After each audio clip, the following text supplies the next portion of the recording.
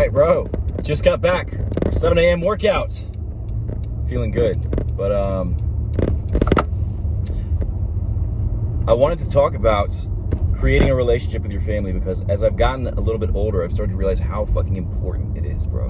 And it's really easy to think that your family did all these things wrong to you. They persecuted you. They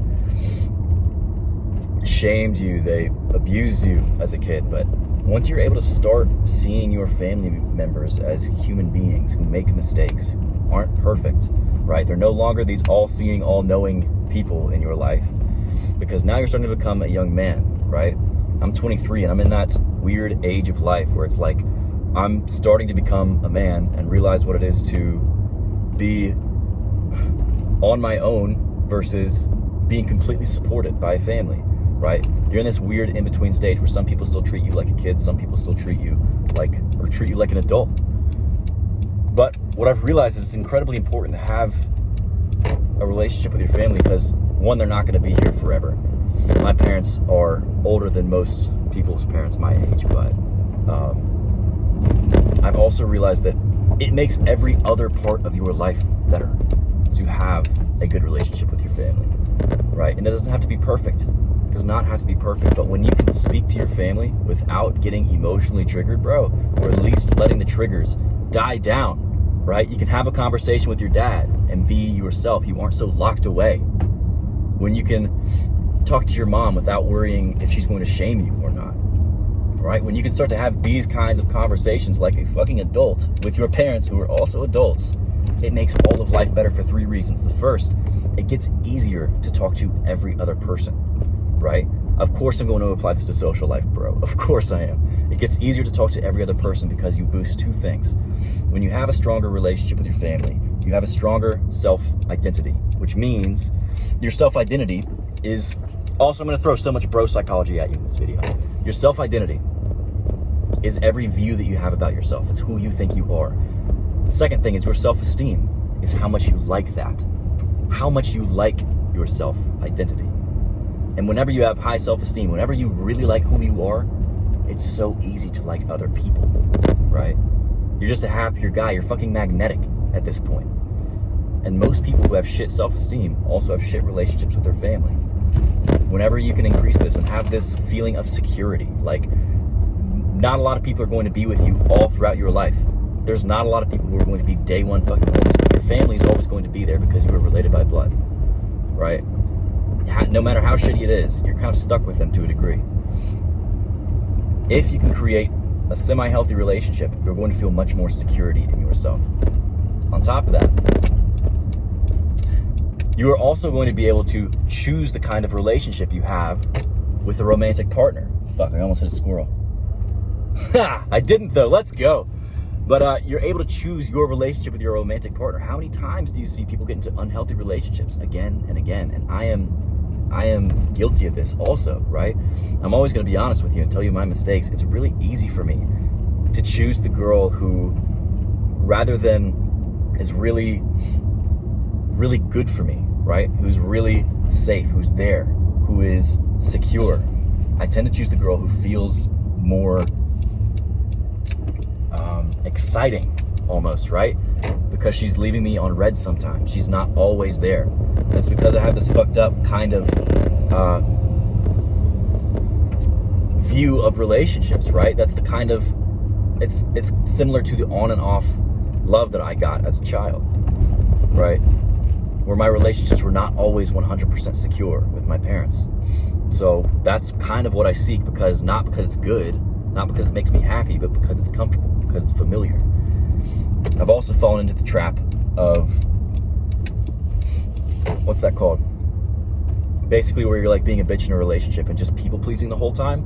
I've done that too, because I've also gone through periods where my mom was the only person that I was close to, right? I've gone through periods where that's not the case also, but realizing that you no longer need mommy, right? It's great to have feminine energy in your life. It's incredible. It's important when you are this masculine presence to have this feminine energy, but you no longer need mommy to tuck you in, bro. You have to realize that, and you have to stop worshiping and putting girls on pedestals. especially girls you're in relationships with, because that shit's not going to fly for long.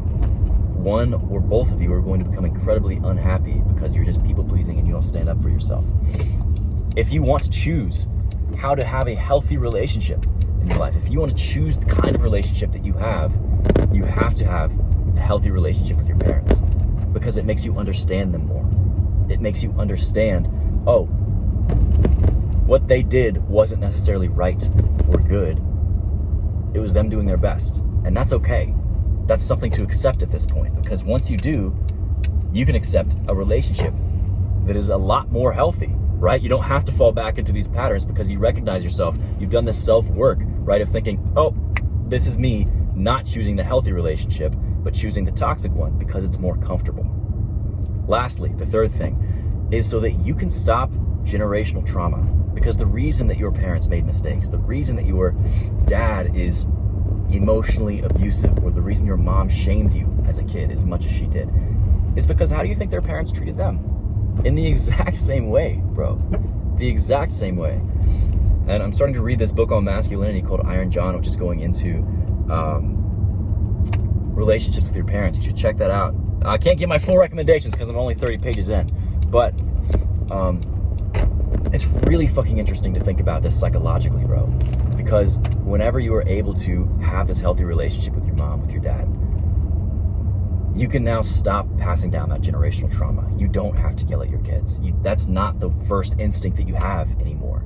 Because once you become a parent, you get stressed out, bro. I'm sure I'm only 23, I don't have any kids, but I have no doubt having that responsibility on you. When you really don't feel like doing your work now, bro, imagine really not feeling like doing your work and having a kid. You're going to get stressed out, you're going to relate, or you're going to, what the fuck is that word, bro? Go back to whatever was comfortable, whatever you saw your parents did to you, if you aren't able to catch yourself.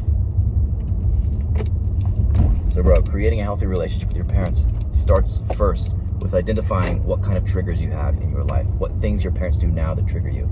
And I honestly believe, I'm gonna link an article down below that I thought was super fucking enlightening, but I honestly also believe that you need time away from your parents. You need a period of time where you kind of cut contact to a degree, where you aren't relying on them anymore. If you've always lived with your parents, you probably have to move out for a bit.